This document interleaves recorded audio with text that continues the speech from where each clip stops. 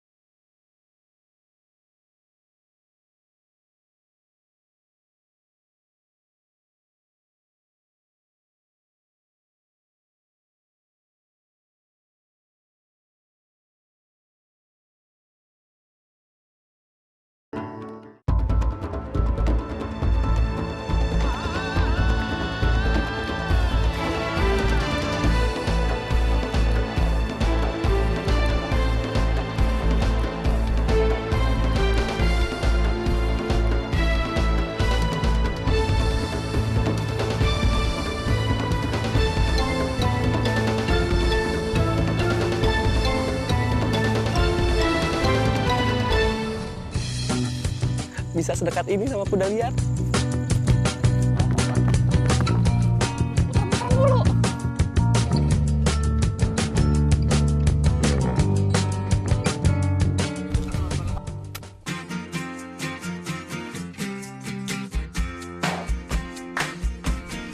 Bagian timur bumi Sumba menjadi wilayah penjelajahan saya nih.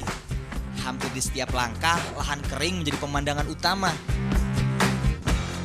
Karena musim kemarau konon lebih betah di sini daripada di bagian barat Sumba.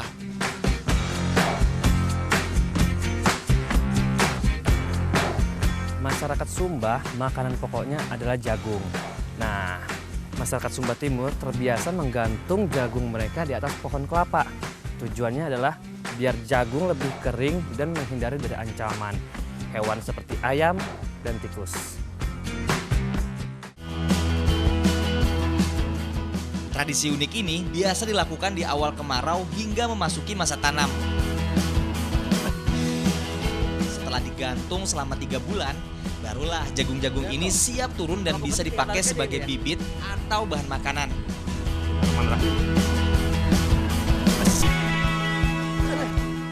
Susah sekali umbu naik ke atas.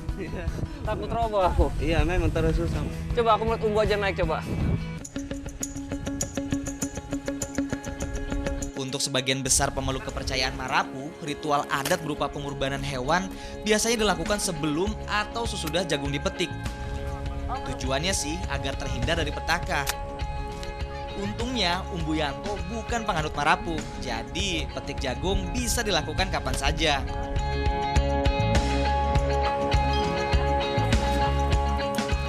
Rambu, ini jagungnya Rambu. Wah, Rambu sedang apa ini? Kupas kacang. Gitu. Kupas kacang ya? Iya. Pelan-pelan. Nah, yang ini adalah makanan ringan khas Sumba, kaparak.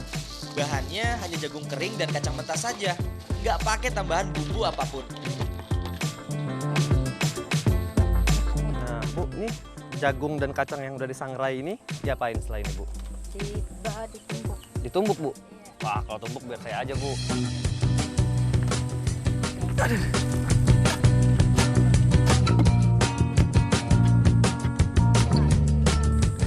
Gini nih, kalau di perkampungan nggak ada blender, jadi harus tumbuk sampai halus.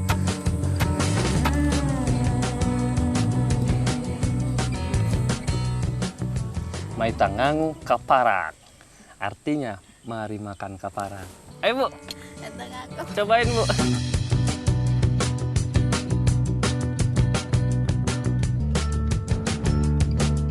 Makan kaparak kayaknya kalau nggak ada air susah.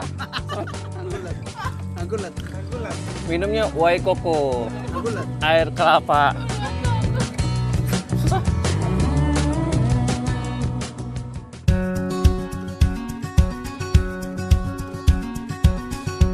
Dari Kadumbul kita menuju padang rumput di Watu Baka. Jarak yang ditempuh sekitar 25 km.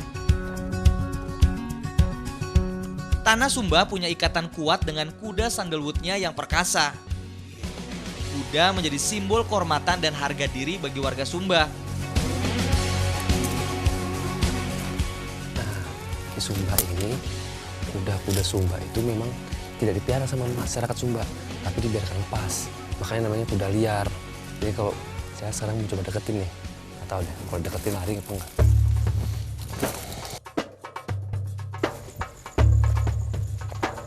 Bismillahirrahmanirrahim.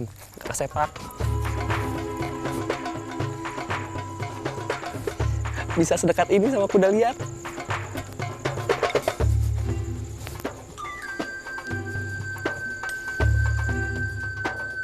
Takut gue udah deket-deket.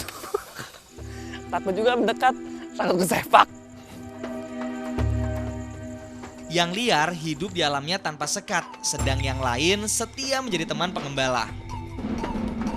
Dan sebuah kandang raksasa pun disiapkan untuk tempat peristirahatan mereka.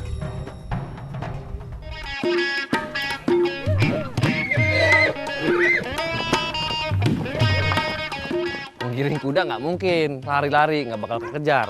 Naik kuda juga.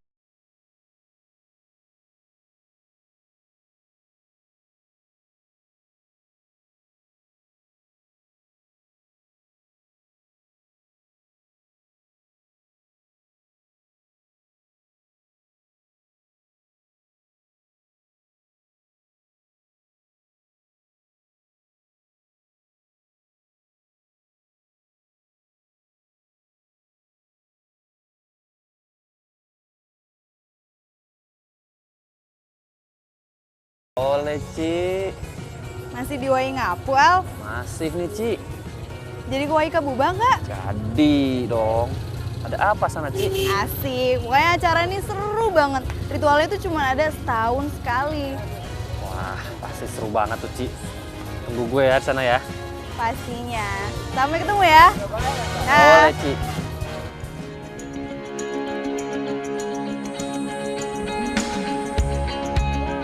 Bapak, saya sih. Ya, betul.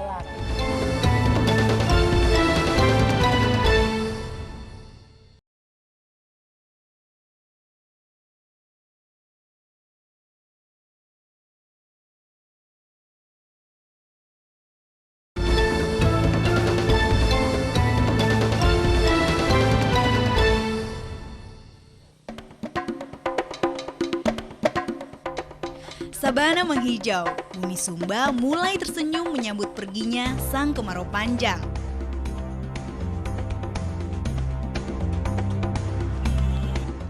Beranjak siang, pasar Wai Kabubak makin penuh sesak. Penuh karena penjual sibuk menjajakan beragam barang dagangannya. Sesak karena pembeli yang hilir mudik tak henti menawar. Di sini tak ada sekat yang jelas antara pasar dan terminal. Semua jadi satu, tumpah ruah di jalanan.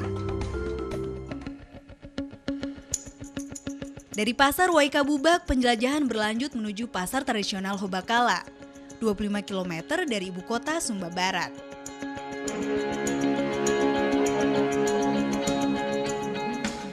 Sejauh mata memandang, hamparan sabana menyejukkan mata.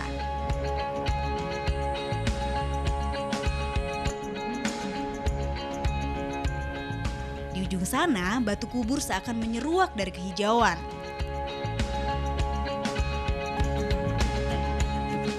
Ini kali pertama saya menemukan sebuah pasar tradisional yang berada di tengah padang sabana. Berawal dari sekedar transaksi barter, pasar Hobakala telah banyak berkembang hingga menjadi pasar desa seperti sekarang. Ini pasar tradisional Hobakala yang masih bisa saya temuin di sini. Biasanya pasar ini adanya seminggu sekali dan karena sudah agak siang jadi pasarnya udah mulai terlihat lengang. Segala jenis barang kebutuhan masyarakat dari Hobakala sendiri banyak ada di sini. Dan biasanya uniknya mereka menjualnya dengan sistem seperti ini. Satu ikan teri ya Ibu ya? Nah, uniknya mereka menjualnya dalam satu kumpulan mereka sebutnya. Atau satu kumpulan seperti ini 1.000 saja.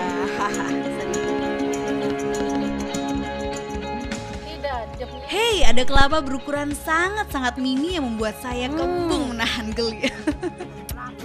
Seger. kayak kelapa. Dan bentuknya kecil ya. Lucu. Wah, kenapa di pasar tradisional ada bawa-bawa parang seperti ini, Pak? Ya karena budayanya. Oh, budaya. Boleh lihat coba setajam apa? Takut ada rampok tidak? Tidak. Tidak ada, coba lihat. Boleh lihat, Pak. Nah, jangan takut jika berpapasan dengan pria berbibir merah dan menyandang parang di pinggangnya. Bukan berarti mereka lagi marah loh. Mereka ramah-ramah kok. Karena dandanan seperti ini memang sudah jadi budaya di sini.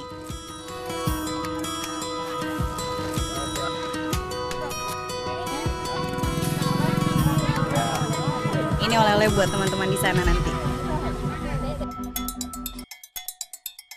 Dari Hobakala kita lanjut menuju Ubu Maleha, sebuah kampung di atas bukit.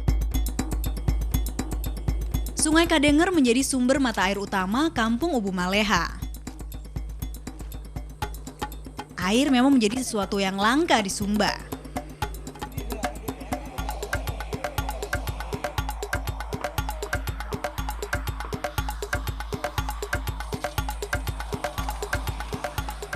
Ubu Maleha, satu dari 1000 kampung yang mewarnai Pulau Sumba. Masih perawan dan belum banyak tersentuh modernisasi, termasuk wanitanya.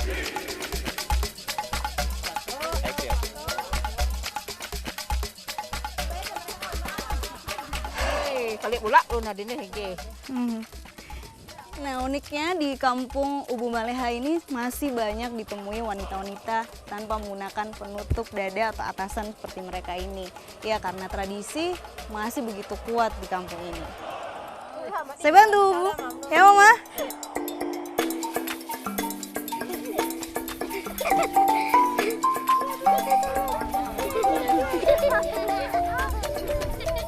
Imperata silindrika alias ilalang masih terikat kuat di atap rumah. Mencirikan rumah asli Sumba, ya rumah hangat dengan 4 pilar utama yang setia menopangnya.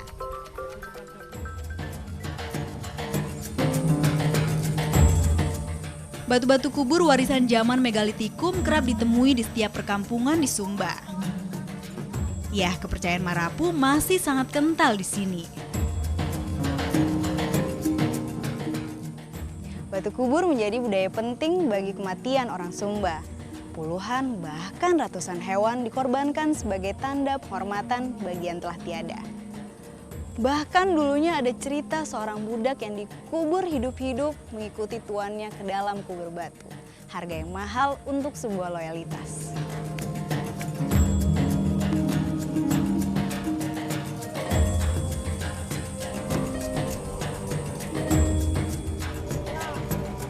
Warisan megalitikum mengantar saya menuju tetua adat di Ubu Maleha. Bapak, saya sih Ya, Bokolara. Bokolara. Ya. Oh.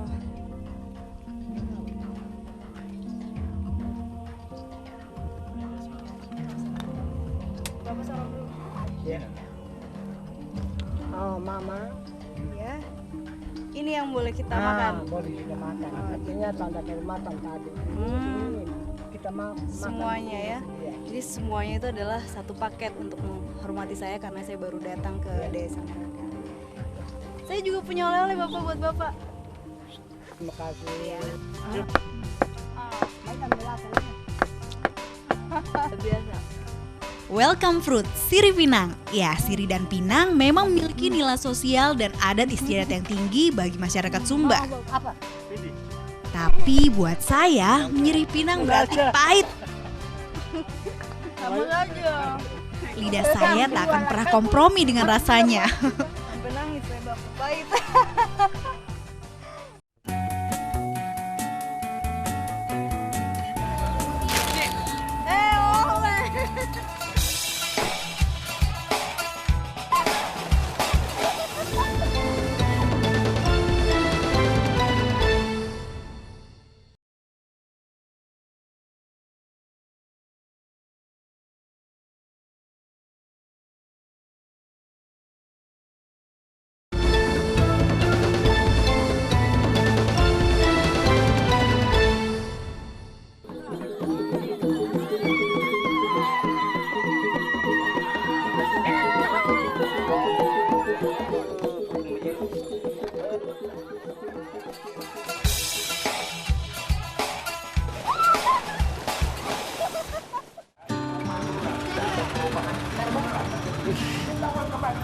panas banget.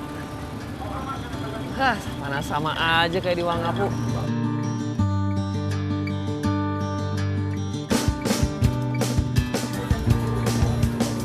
Al!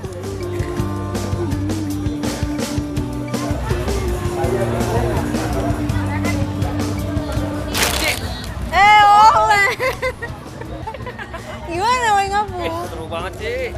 Terus lo mau ngajak ke mana, Ci? Wangapu Bak nih, Ci. Banyak yang seru di sini. Yuk, yuk Banyak deh. ya? Ayo. Panas sekali.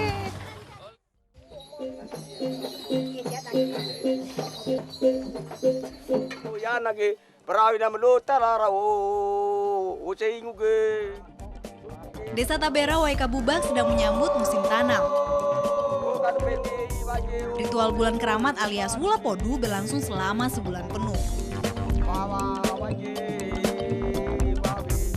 Iya, menjelang hari kemenangan esok, setiap keluarga berkumpul dalam satu atap. Tidak boleh keluar rumah karena dianggap pamali. Sebagai bagian dari ritual, anak-anak disimbolkan sebagai anjing yang sedang melahap nasi merah. Makin cepat makanan habis, pertanda makin cepat panen datang. Anak-anak kampung Tambera memakan hasil persembahan mereka dengan cara menunduk dan tidak boleh mengangkat muka sekalipun, karena itu menandakan agar nanti hasil panen akan terus melimpah dan akan semakin makmur desa ini.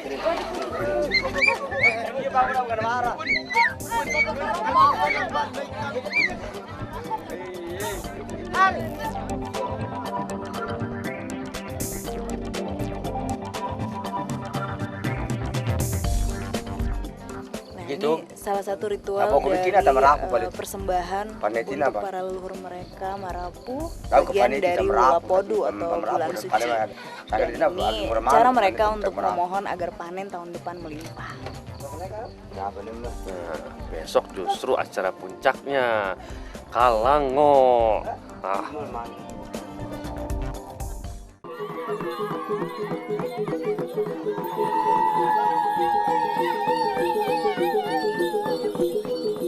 Kalango telah tiba. Bagi pemeluk kepercayaan Marapu, inilah acara sukacita untuk mengakhiri masa bulan keramat yang hanya ada 1 tahun sekali itu.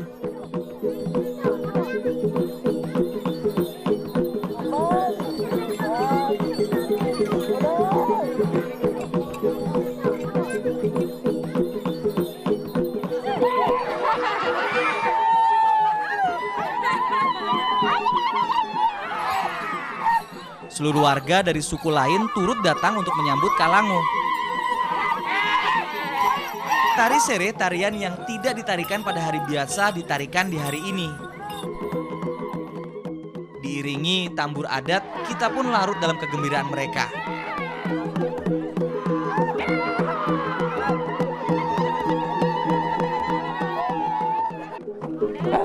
Capek juga begini terus. Kuat banget orang sini ya.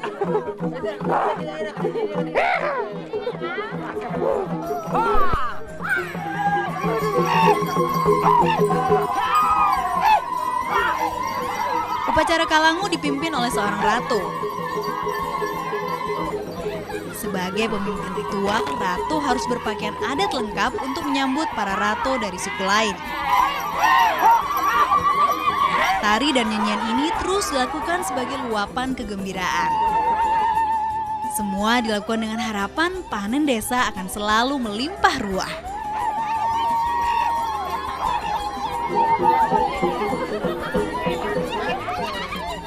Pinang dan sirini simbol tanda kita sudah diterima di sini. Dan karena saya nggak terlalu suka pinang sirih, takut mabok, jadi dia aja. Habisin, Al.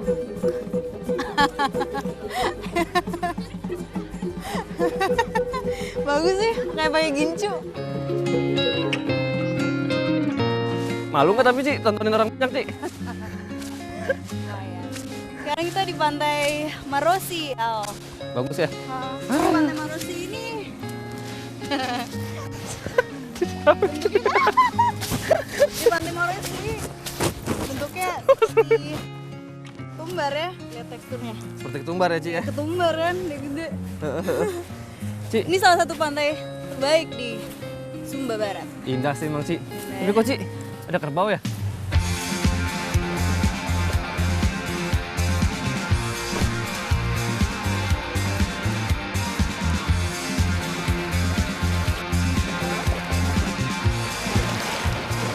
Jadi kebiasaan masyarakat di sini sering memandikan kerbau-kerbaunya di tepi pantai seperti ini. Dan pantai menjadi surga bagi para kerbau-kerbau ini. Lo pengen mandi di mana, Ci?